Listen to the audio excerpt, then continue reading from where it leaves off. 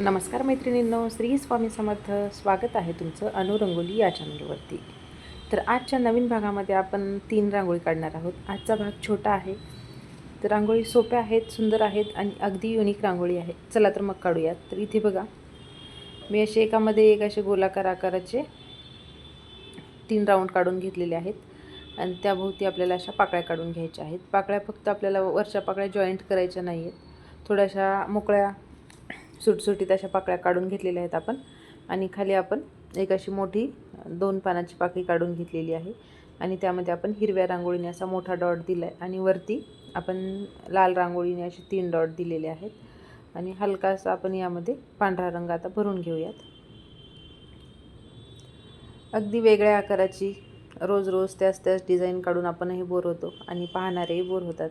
त्यासाठी कधी वेगवेगळ्या डिझाईन, वेगवेगळ्या आकाराच्या, कधी कलर भरून, कधी फक्त पांढऱ्या रांगोळीने, कधी लहान मोठ्या, अशा वेगवेगळ्या काढलं की एक आपल्या मनालासुद्धा छान वाटतं आणि पाहणाऱ्यालासुद्धा छान वाटतं. तर हे बघा, आपण या फुलामध्ये सुद्धा अशा लाईन देऊन घेतलेल्या आहेत. तरी एक वेगळ्या प्रकारची आपली रांगोळी डिझाईन तयार झालेली आहे. इथे अगदी साधी सोपी सिंपल आहे, पण दिसायला छान दिसते. तर इथे आपण 3 ते 2 असे डॉट्स मारून घेतलेले आहेत आणि आपल्याला अशा या लाईन इथे अशा जॉईंट करून घ्यायच्या आहेत.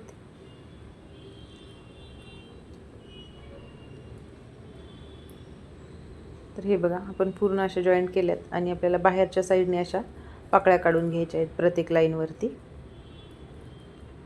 अगदी साधी आणि सिंपल छोटीशी रांगोळी आहे, पण दिसायला खूपच सुंदर दिसते. पूर्ण व्हिडिओ पहा, तुम्हालासुद्धा या आजच्या रांगोळी आवडतील.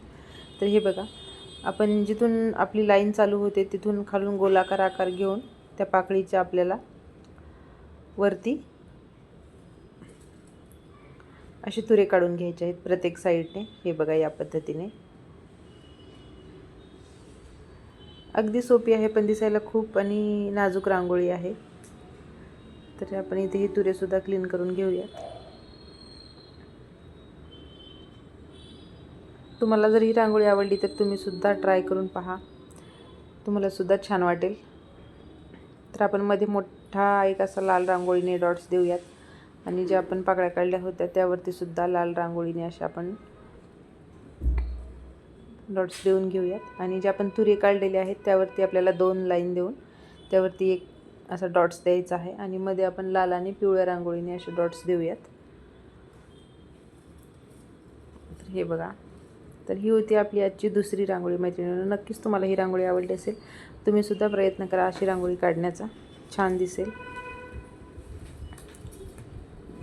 अगदी सोपी आहे, ठिपक्यांपासून तयार करायची रांगोळी आहे आपल्याला ही.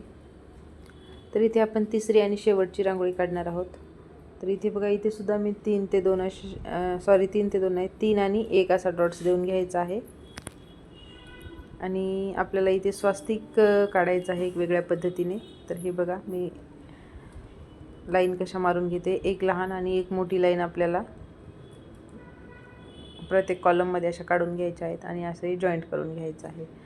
अगदी सोपी आणि सिंपल रांगोळी आहे. हे बघा, किती सुंदर आपलं इथं स्वस्तिक तयार झालेलं आहे, स्वस्तिकच्या आकाराचं. आणि त्यामध्ये आपल्याला अशा फांद्या काढून घ्यायच्या आहेत. त्यावरती आपण हिरव्या रांगोळीने डॉट्स देऊयात. तुम्ही लाल पिवळ्या रांगोळीने सुद्धा देऊ शकता. मी इथे हिरवा रंग वापरलेला आहे. आणि जे आपण स्वस्तिकच्या हे काढलेले आहेत त्यासमोर आपल्याला असे 3 डॉट्स देऊन प्रेस करायचे आहेत.